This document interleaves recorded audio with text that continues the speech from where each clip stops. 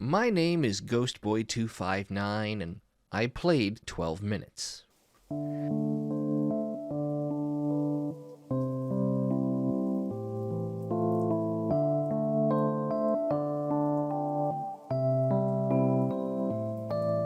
Let's be honest, any sort of time loop media is going to be very controversial because there will always be some sort of continuity error or confusion, and that one scene in Looper really kind of sums it all up.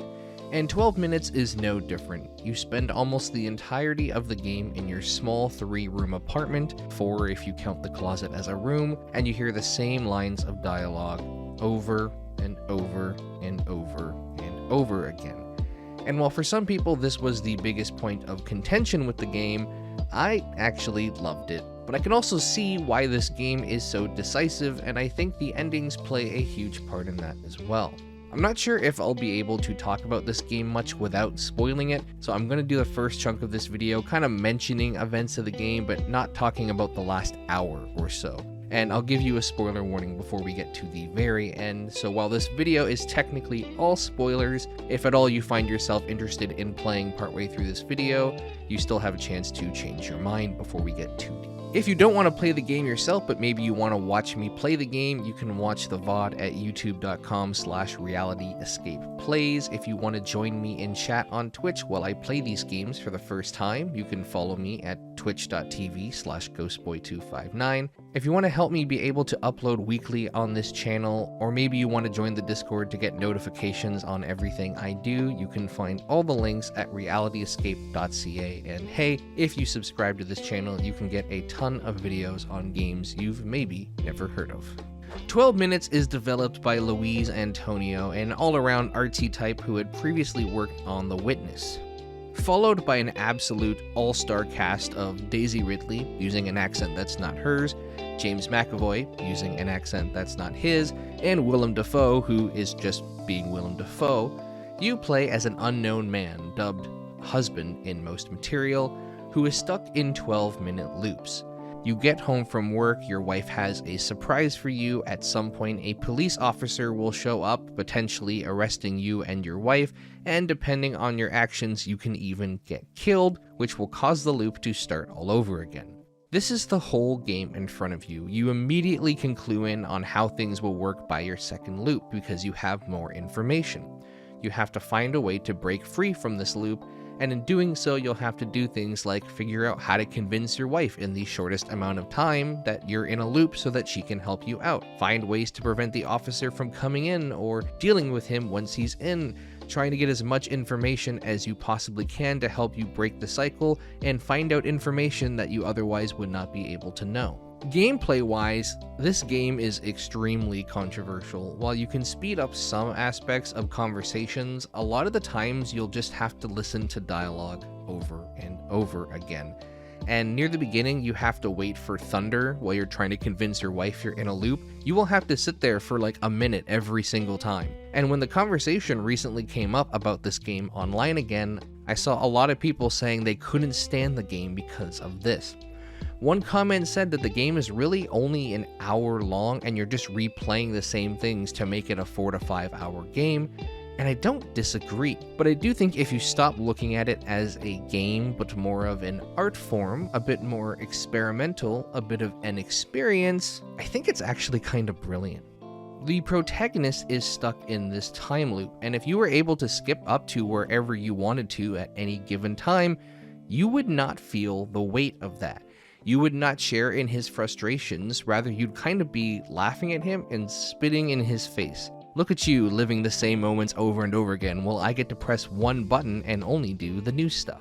In being stuck in the loop, you feel his anger, you feel his disappointment. When you do something wrong and get sent back to the beginning, you are in the exact same moment that he's in, minus the pain of being shot.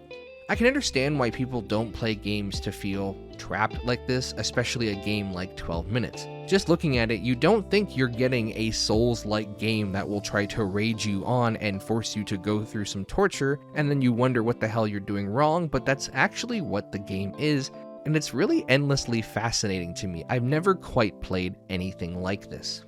It often reminds me of a conversation I had with a friend about the show Sons of Anarchy. They didn't want to watch past the first few episodes because they got the sense there was no good person, so there was no one to really root for. They're all bad people, so you don't want any of them to succeed, and I totally get that.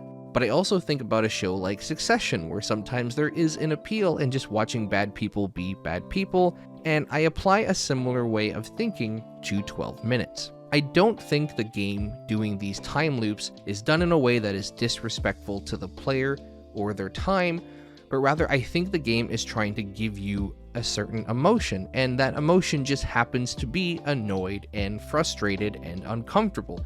I think all the people who said they didn't like the game or they were annoyed at the time loop system but ultimately finished it, I think that's exactly what the developer was trying to make you feel. And in allowing you to speed up parts of the dialogue, it kind of reminds me that disrespect goes two ways. It's not making you sit through every agonizing second, but it's also not going to baby you either. It's going to assume that you are here to think and solve this puzzle. It's meant to challenge you and your thinking and your fortitude. It's laying something in front of you and daring you to solve it. Sometimes you panic and you make the wrong choice and then you have to start all over again. Sometimes you try something and don't get the outcome you need, but you get some new information. And even in going through a whole loop and learning nothing, you are still learning technically something for the next try. You start thinking 3 to 4 loops ahead, what you want to try, what you think you'll do next time, but then you learn even more information and there's more branching pathways to try. And it just kills you that it's taking so damn long to get to the end of this section so that you can try what you want to try again. The game is making you wait and relive this over and over, and that makes you feel exactly like the protagonist. You are trapped, stuck in the same loop, trying to figure out what the universe wants you to do to get out. The game knows exactly what it wants to make you feel, and maybe it didn't advertise that well enough. Maybe that wasn't conveyed enough to the player in order to say, hey, this game is going to make you feel trapped in this loop, but it really is the most genuinely trapped I've ever felt in a time loop in any experience ever. How much are you willing to sacrifice to get out of this? What if you do something unspeakable, but the loop stops for no reason?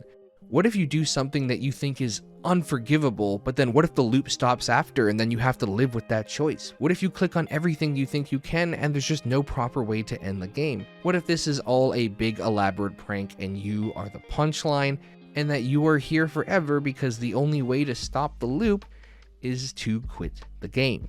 Now, I fully admit, at its core, 12 minutes is a point-and-click puzzle game, and in that regard, some things do not make sense. Sometimes I found solutions that should have made perfect sense, but they really didn't. Other times, I literally found something out of desperation to just not be stuck at another dead-end loop. Sometimes you don't realize something you're doing is going to cause that reaction, like eating a piece of chocolate cake before your wife sits down, and you end up keeping that piece of information with you forever, and it never really comes in handy, but it's also a part of the depth of this game that I quite enjoy. I want to talk about the ending, so if you don't want spoilers, this is your warning now. I totally understand if how I've described the game, it isn't something you want to put yourself through, as I've definitely made it sound very frustrating, and if you're not into Souls-like games in general, this probably won't be for you, but if you are willing to put yourself in that position and allow yourself to go for that ride, I do think there is a pretty cool experience to be had here, but otherwise, let's talk about the ending. I do think that one of the biggest downfalls of 12 minutes is in fact the ending.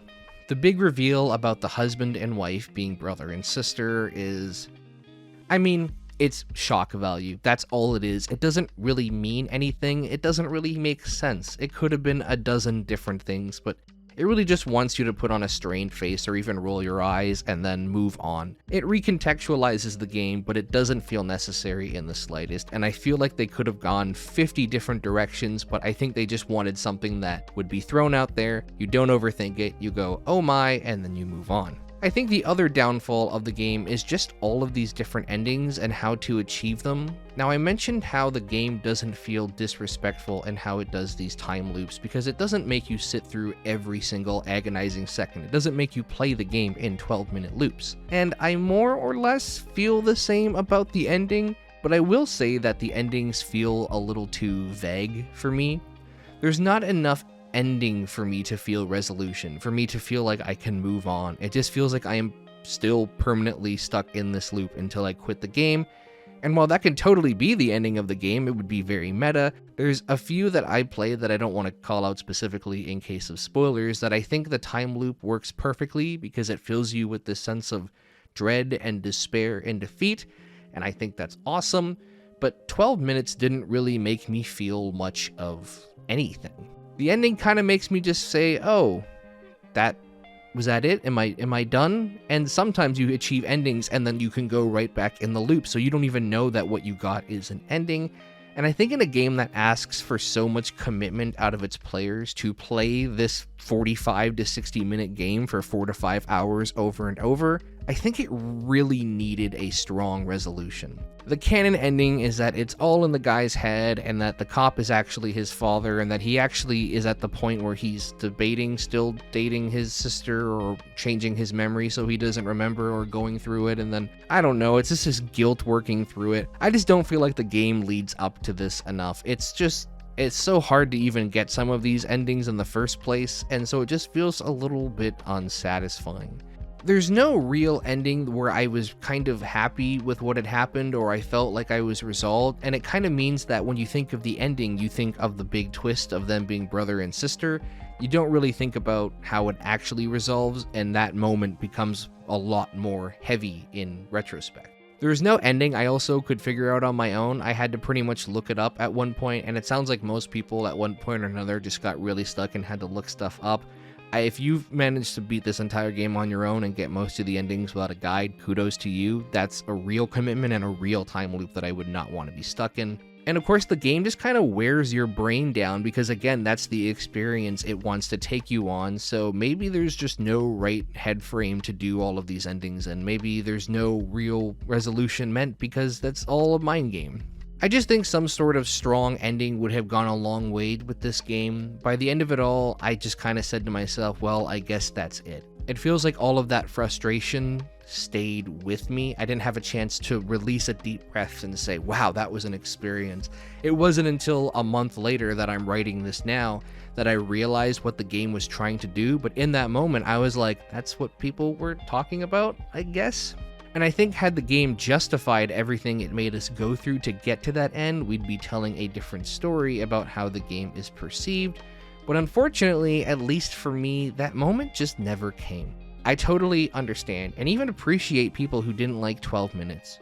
Time is a valuable thing, no pun intended, and not a Linkin Park lyric. And if you feel like your time isn't being respected and you paid money to experience something, I totally understand not feeling satisfied. Essentially, the actors came in, they recorded 30 minutes of dialogue, and that's all you hear for 5 hours.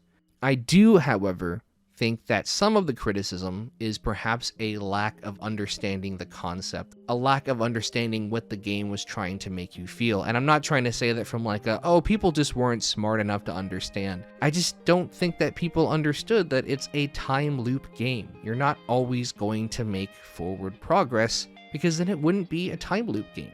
It would just be you save scumming in any old RPG or watching that one Tom Cruise movie. But for now, my name is Ghostboy259, and I played 12 minutes. Next time, I'll play 12 minutes. Then after that, I'll play 12 minutes. Then after that, I'll play 12 minutes. Then after that, I'll play 12 minutes. And then after that, I'll think I'll play 12 minutes. And then after that, ever heard of 12 minutes? My name is Ghostboy259, and I play 12